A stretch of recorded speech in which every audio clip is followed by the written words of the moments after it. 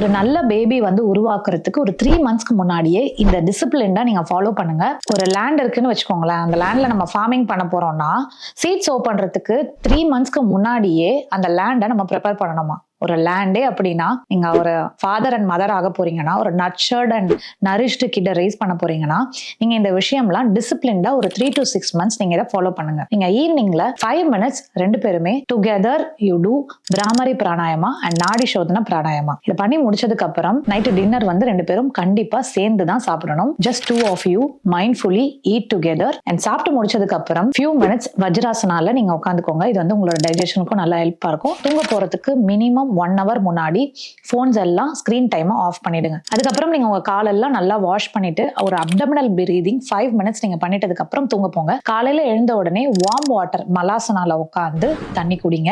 அதுக்கப்புறம் கொஞ்ச நேரம் வாக்கிங் போயிட்டு மார்னிங் முதல் விஷயம் பூ பண்ணிருக்கீங்களா பாத்துக்கோங்க. அதுக்கப்புறம் 30 மினிட்ஸ் யோகா பிராக்டிஸ் ரெகுலர்லி. உங்களுக்கு என்ன ஆசனாஸ் தெரியுமோ 2 பேருமே சேர்ந்து பண்ணுங்க. யாராவது கன்சீவ் ஆக ட்ரை பண்ணிட்டு இருக்காங்கன்னா அவங்களுக்கு இந்த வீடியோவை ஷேர் பண்ணுங்க.